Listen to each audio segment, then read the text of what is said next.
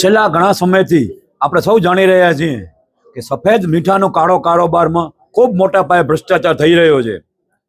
એક તરફ સરકાર જે વર્ષો પહેલા કોંગ્રેસ સરકારમાં 10 થી કરીને 100 એકર સુધી જે મીઠાના અગરિયાઓને જે માણસ પરિવાર કુટુંબ રોજીરોટી ચલાવી શકે એટલે તમામને એ રીતે 10 એકર 20 એકર આપેલી હતી।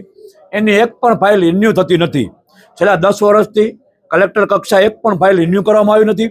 જ્યારે બીજી તરફ છેલ્લા 5 વર્ષમાં મોટા રણની જમીન હોય, લખપતની હોય, એ તમામ હજારો એકર હેક્ટર જમીન ઉદ્યોગપતિઓ, લાડકા ઉદ્યોગપતિઓને ફાળવી દેવામાં આવે છે। તંત્ર વાત રિન્યુ નહીં આવે, તંત્ર રિન્યુ કરતું નથી, પરંતુ જે પોતાના મળતિયા ઉદ્યોગપતિ હોય, અદાણી હોય કે અન્ય જે કંપની હોય, એમને સોલારના નામે મીઠા ઉદ્યોગ માટે અને જે એનર્જી છે, ગ્રીન એનર્જી, આરી પાર્ક, એના નામે ફાળવી દેવામાં આવી છે।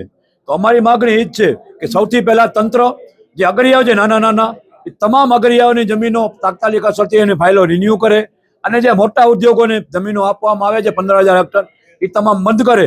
અને સાથે સાથે કે જે હજારો હેક્ટરમાં દબાણ છે, જે દબાણના નામે ચેરિયાઓનું નિકંદન કરી રહ્યા છે, ખાસ કરીને પૂર્વ કચ્છમાં ભચાઉવાળો જે પટ્ટો છે આગળ સામખિયારી, જંગી, એ પટ્ટાઓમાં જે ચેરિયાનું નિકંદન કાઢવામાં આવી રહ્યું છે, એ તમામ નિકંદન તાત્કાલિક અટકાવવામાં આવે અને જે આ ભૂમાફિયાઓ છે, જે આ મીઠા માફિયાઓ છે, જેમાં હમણાં રક્તજનિત બન્યું પૂર્વ કચ્છ, એવા બીજા કોઈ બનાવ ન બને એ માટે આ તમામ બાબતે તંત્ર, પોલીસ ડિપાર્ટમેન્ટ અને મહેસૂલ તંત્ર કડકમાં કડક કાર્યવાહી કરે અને જે આની પાછળ જે મુખ્ય સૂત્રધાર છે, ક્યાંક ને ક્યાંક જેના દ્વારા આ રાજ્યના ગૃહમંત્રી સુધી જઈ રહ્યા છે, એ તમામની CID પાસે તપાસ કરાવે।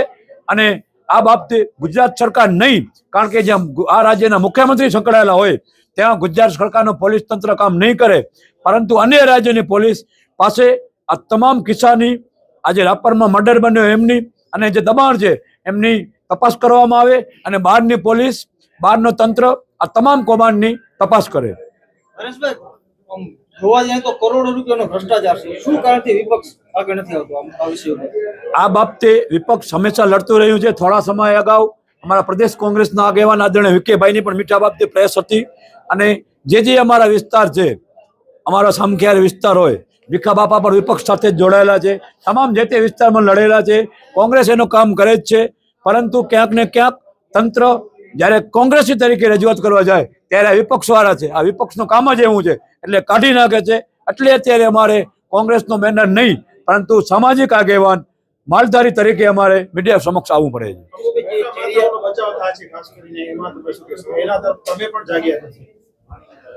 મોટા માથાઓનો ક્યાંય બચાવ કરવામાં આવતો નથી। અમને જે વિગતો આપી છે, તમે જે અમારે ધ્યાન દોરું એની પણ અમે તપાસ કરશું, અમે નામજોગ ફરિયાદ કરીશું। અમે અત્યારે જનરલ જે વિસ્તારમાં દબાણ છે એમાં કોઈ દબાણકર્તાનું નામ અમે નથી, કોઈનું નામ નથી લેતું।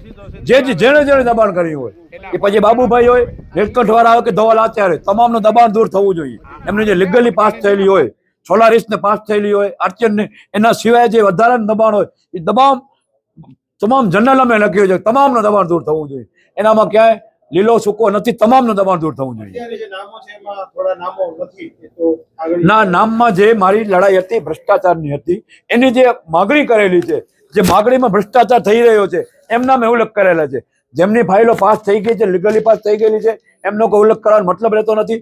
જેમની ઇલીગલી રીતે જે ક્રાઇટેરિયા નથી આવતી, તમે મુદ્દો સમજજો, જે ક્રાઇટેરિયામાં રાજ્ય સરકારના ઠરાવના પરિપ્રેક્ષમાં સામેલ નથી થતી, એમના ભ્રષ્ટાચાર છે। જેમને પાસ થઈ ગઈ છે એમનો કોઈ ઇસ્યુ નથી, એમનો ઇસ્યુ ન પણ હોવો જોઈએ, કારણ કે એમને 15,000 હેક્ટર મળી ગઈ છે। એ જે એક મીડિયા ગ્રુપ પણ છે એનામાં કોઈ ઇસ્યુ નહોતો, તો એનો આપણે કોઈ ચર્ચા કરવાનો કોઈ અર્થ નથી। સૌથી મોટો રોલ ચેરિયા કટિંગમાં વનતંત્રનો છે। વનતંત્રવાળા રૂપિયા લઈ લે છે, વનતંત્રવાળા અમને પરમિશન નથી આપતા જવાની, માલધારીઓ જાય એમને કોઈ માહિતી નથી આપતા, અને વનતંત્રવાળા મીઠા માફિયાઓ સાથે બળેલા છે। એના કારણે જ ચેરિયાનો નાશ થઈ રહ્યો છે। એના કારણે જ જે કચ્છની નોંધાયેલી પ્રજાતિ જે ખારાઈ ઊંટ છે, એ પણ આજે બાપાએ કીધું કે 12 થી 15,000 ઊંટ હતા અને આજે આપણે 2500 ઉપર રહ્યા છીએ। હવે 2 વર્ષ નહીં જાગી, કોઈ 2500 ને 250 પણ નહીં રહે।